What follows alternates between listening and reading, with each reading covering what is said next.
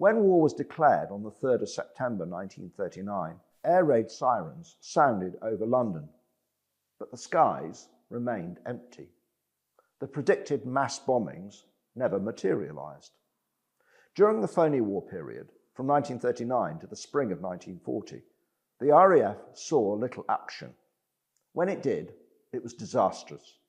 22 Wellington bombers set out to raid Wilhelmshaven in Germany in December 1939 in close formation, in daylight, and without a fighter escort.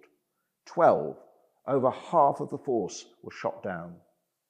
This showed that bombers did not always get through after all. When Nazi Germany launched their blitzkrieg against France, Belgium, the Netherlands, and Luxembourg in May 1940, the RAF suffered huge losses. In one period of 3 days, the number of slow-moving RAF day bombers fell from 135 to just 72 aircraft. By the time France fell, the RAF had lost 959 planes, 320 pilots dead or missing, and 115 taken prisoner. Next, the Germans launched the Battle of Britain in the summer of 1940 as a prelude to an invasion. Just 700 RAF fighters faced 3,500 Luftwaffe aircraft. RAF fighter pilots fought off Luftwaffe attacks on their airfields in southern England bravely.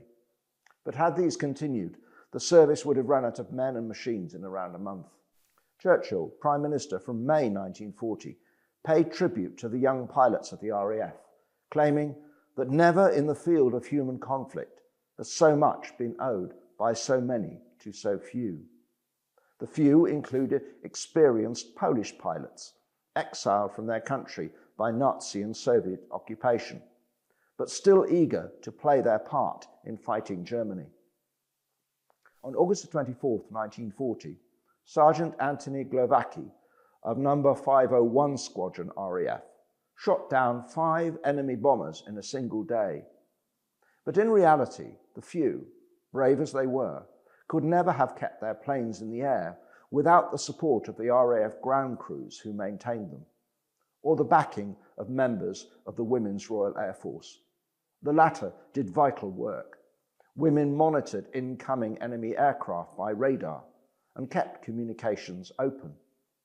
For example, Flight Officer Elspeth Henderson at RAF Biggin Hill bravely remained at her communication post during the heavy Luftwaffe raids of September 1st, 1940, directly disobeying an order to evacuate the operations room she was working in.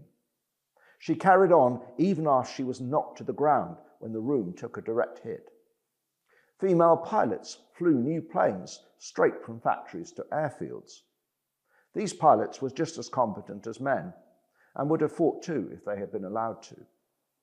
With Britain's future hanging in the balance, Hitler ordered the Luftwaffe to switch from bombing RAF airfields to London instead. By October 1940, German losses were so high that the invasion plans were called off, and the bombing afterwards during the Blitz occurred only in the relative safety of the night. The RAF won the Battle of Britain, but only just.